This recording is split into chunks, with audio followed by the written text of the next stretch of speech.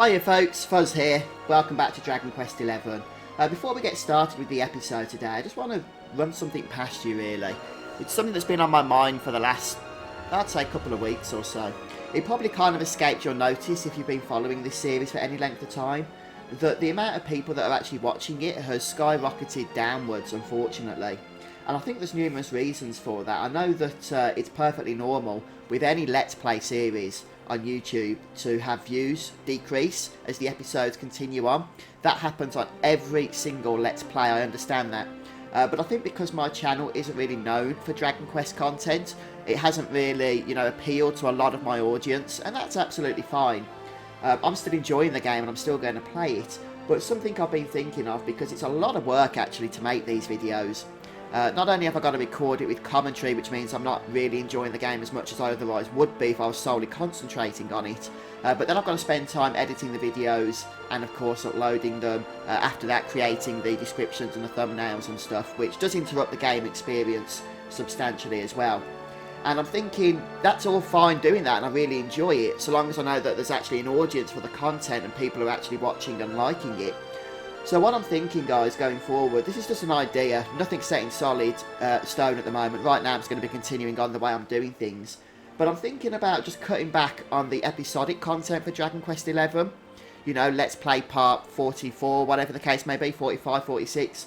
And just making videos when I've got something useful that I actually want to share with you, such as, if I come across an experience gaining trick, or there's an item that's tough to find and I want to show you how to get it. Things of that nature, and then just still be doing Dragon Quest XI content, but a little bit more sporadic as opposed to the regular content that I'm doing at the moment. I'd really appreciate your feedback on that. I know there's still a few of you, not a whole lot unfortunately, but a few of you who are watching the episodes as I put them out. Although according to the YouTube analytics, even people that are watching the episodes are clicking on them. They're generally only watching for a minute or two, and that's absolutely fine, guys. You can watch what you want. But I have got, only a limited amount of time, and I don't want to be annoying my subscribers, really, by doing an entire series if they're not even interested in it. I'd rather be making content on videos that people actually want to watch. And, at the end of the day, if someone making a Dragon Quest XI video that's getting 40 views or whatnot, I could instead be making a video that's going to get, 500 to 1,000 views that a lot more people who subscribe to me will actually be interested in. And, I do want to appeal to you all, really, not just the very select few. So please just let me know what your thoughts are, really, about this. If you think I'll be better off just spending time on other content that more people would want to watch, and, just still doing Dragon Quest XI content as I play the game, but just, enjoying it a little bit more myself as I play through without worrying about recording it, and then just recording content which I think would actually be useful to you guys. But for now, as I say, I'm really just thinking about this. I wasn't even going to mention it, but I thought, hey, it's probably only fair if I get my audience involved. Maybe you guys, still think it's worth me continuing on the way I'm doing things. But I'd really appreciate your feedback, folks. So, yeah, please do share in the comments what you think. And as I say, for now, I'll continue on. But I'll be, certainly keeping an eye on what you guys think of the matter as well. Alright then, folks, well, that said, let's continue on then with pretty much where we left off. And in the last episode, we went around the various magic doors of the world and collected the treasures from behind them. I should also note as well, I did pop back to the academy just to hand in the final mini medal that we collected previously, and I finished up that page as well. We actually get a new page in the academy as well to undertake once we've done that. And then if you port over to the strand whenever you're ready, then just sail past the island up north to where I'm located. So if you teleport to the strand, then just come to where I am on the map, which is this frozen area. And here we're just going to head over to this new dock, which we haven't yet visited before. This is Sniflheim, and this is going to continue on with the story for us at this point. Okay, so as you can see, nice frozen zone here, and we've got a campsite over to the west there, a little bit further north from our current location. And we're just going to start by heading north, and eventually we should get a brief cutscene here regarding the rainbow. There we go. And once again, it is glowing even brightly. So obviously that indicates that the orb is nearby. Hopefully, anyway. So interesting stuff there. And if we head up to the doors, then we're going to see they're a little bit on the frozen side. unfortunately.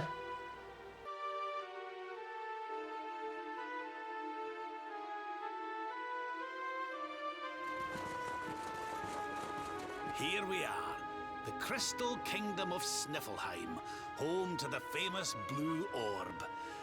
It's a fair wee while since I've visited, but it warms my heart to be back. That must be about the only thing that is warm around here. Let's hurry up and get inside before we all freeze to death.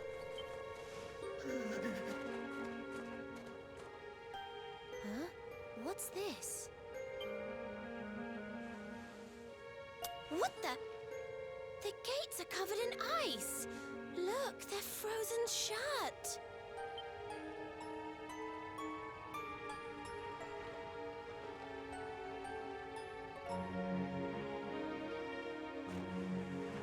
How strange. Still, I suppose it's only natural they'd ice up in a climate as cold as this. Natural, my foot. What about all the people inside? How are they supposed to live if they can't get in or out of the city?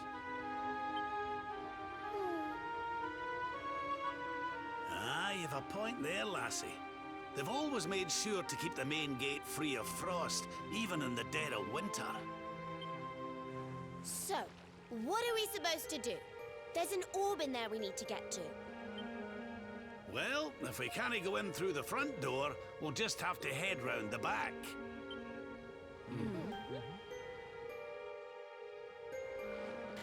So it seems our party members, in particular Veronica, are not going to be helpful in able to break the ice here, so we're going to have to make our way in by other means. In particular, as Rab tells us, we're going to be heading around the back there.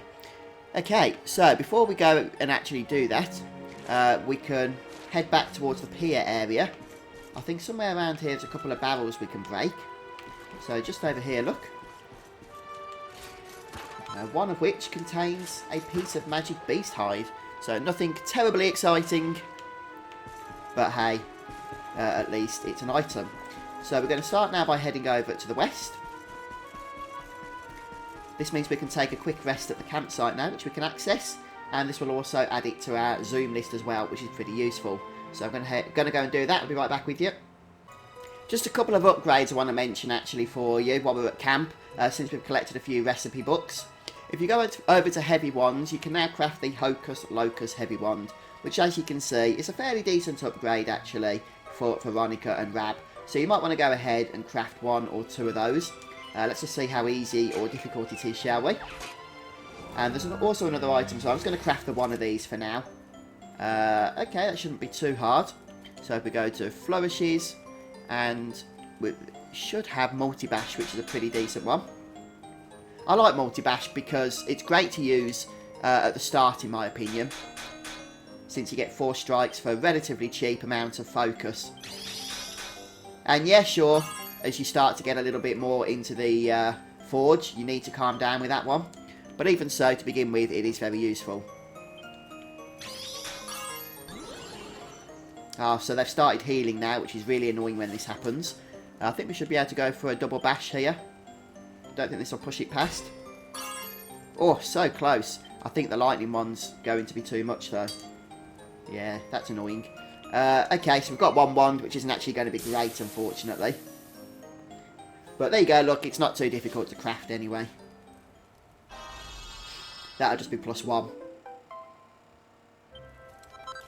And the other item that I'm going to recommend for you is actually not a weapon, it's a piece of armour. So if we go over to armours here, and I just need to find it. Nope, although that does look like a decent upgrade for a couple of our characters if you want to create the posh waistcoat. Sylvander in particular looks like he could make good use of that. I was actually looking for robes, there we go. Ah, the princess robe is what I was going to mention, but for some reason I haven't got any red eye. Don't know why I haven't got any of that. Anyway, it'd be a good upgrade for Veronica if you can go ahead and craft it. And also for Serena as well. So, I could actually craft a robe of Serenity for Sylvander instead of the other one, which would probably be good for... What was the armour I was going to craft? No, clothes. The posh waistcoat. Yeah, I think that'd be good for Eric, maybe. I'll craft one of these, see what it is. Yeah, that posh waistcoat is actually really useful, I think, for Sylvando. I only got +2. If you get +3, that'd be even better, of course. But getting Sylvando's charm stat up is great for increasing the amount of healing that he does. And since he has AoE healing, it's a good idea to actually focus on that. Okay, there we go. One point to note is if we go to the vendor here, not only can you sell all your stuff if you want to clear out, but you can also purchase some items as well, which you might want to go ahead and do so. Weapon there for Serena, which I'm not going to worry about right now, but you might want to choose to do so.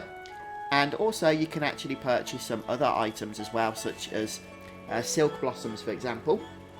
Okay, but other bits as well, so just keep an eye on these in case you need recipes and that, or rather you come across recipes that need them. Just don't forget you can get them from this dude. But silk blossom is probably the most useful item here in terms of ingredients, so just remember this is where you can get it from in the future as well. Yeah, I'm kind of thinking that I do want to pick up this weapon for Serena, but I don't really use all that much, so what the heck, 3,200 gold. What's the worst that can happen, eh? Let's go ahead and equip that. There we go. And I equipped it with the platinum platter as well, which we collected recently. So that's a pretty decent item. Don't forget, any items you purchase, you can also go ahead and upgrade at the forge as well. But I'm going to have a clear out here, and then I'll be back with you. Okay, folks, so once you've rested at camp, if you look on the map, you'll notice just north of our location, then you'll see the magic door.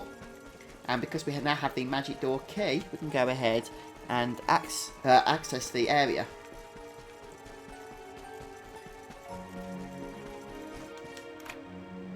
So we'll see what lies ahead. I already get the feeling there's something strange going on here.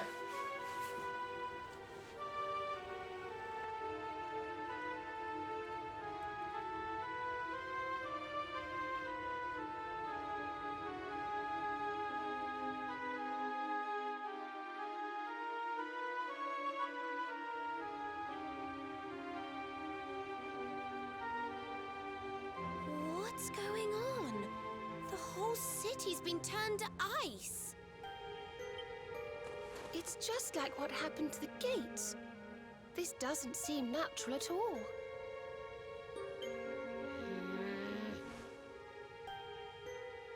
This may be the Crystal Kingdom, but it shouldn't be frozen solid, cold winter or no. We'd better take a look around.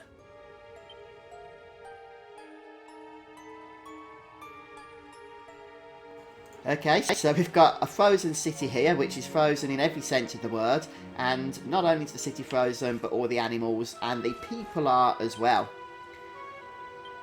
So it looks like it was an instantaneous freezing, since this guy was just walking his horse when it happened. We've got some exploring to do, and we've got some investigating to do as well. And it looks like the weather cow's even frozen as well, bless.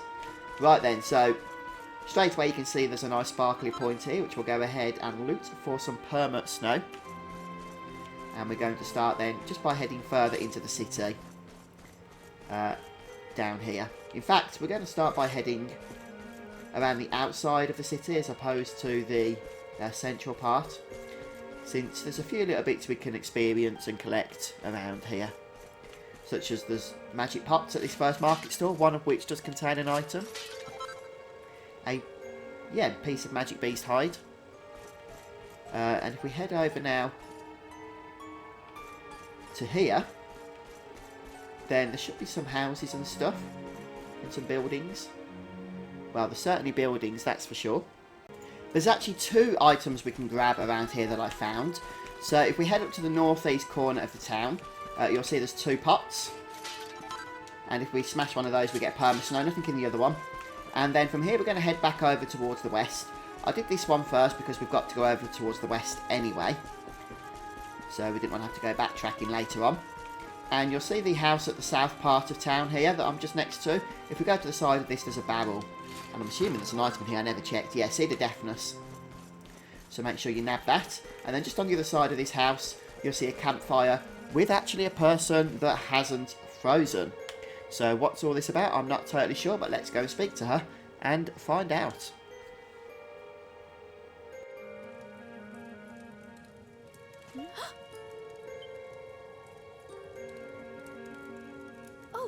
I'm sorry. You gave me a fright. I hadn't expected to see travelers in town. Finally, someone who hasn't been turned into a block of ice. Can you tell us what happened here? Well, it all began 3 months ago. It was a bright, sunny day, just like any other, when suddenly a strange shadow filled the sky. It was a witch. A witch? My goodness! That sounds like something from a fairy tale. Just so. She chanted an ancient incantation, and just like that, the town was engulfed in a ferocious snowstorm. The wind took my breath clean away, and before I knew it, I had fainted. And when I awoke, all was frozen. I was the only one spared. She must be a pretty powerful witch to freeze this whole city with a single spell. I wish I could help, but all this ice is more than my magic can melt.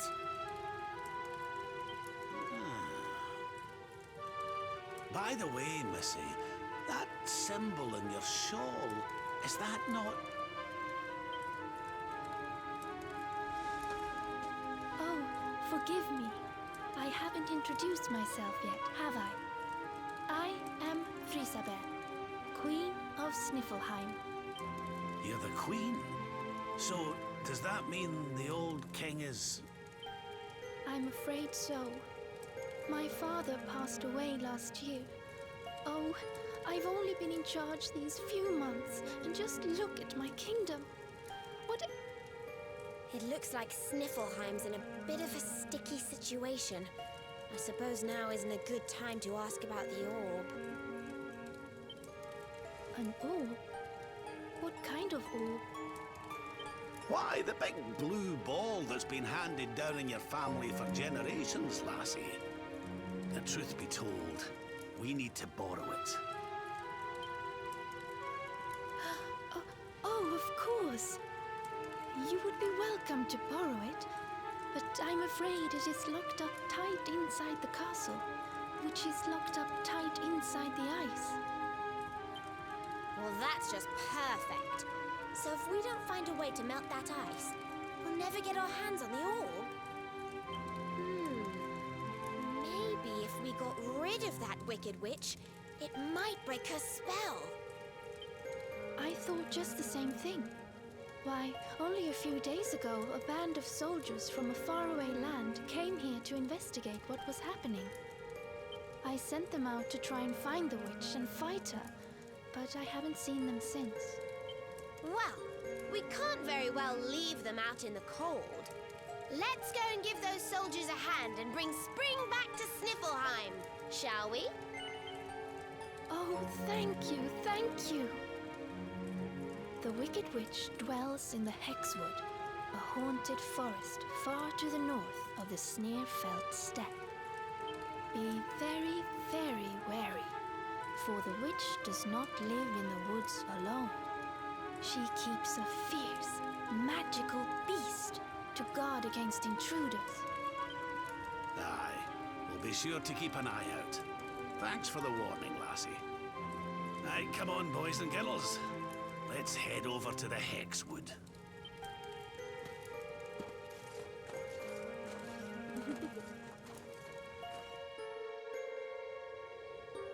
Okay, so some interesting story there. It turns out that the town has been frozen by the Witch of the Hexwood, quite the evil villain by the sounds of it, and the Queen was the only person to be spared as she had to watch her kingdom turn into a frozen ruin.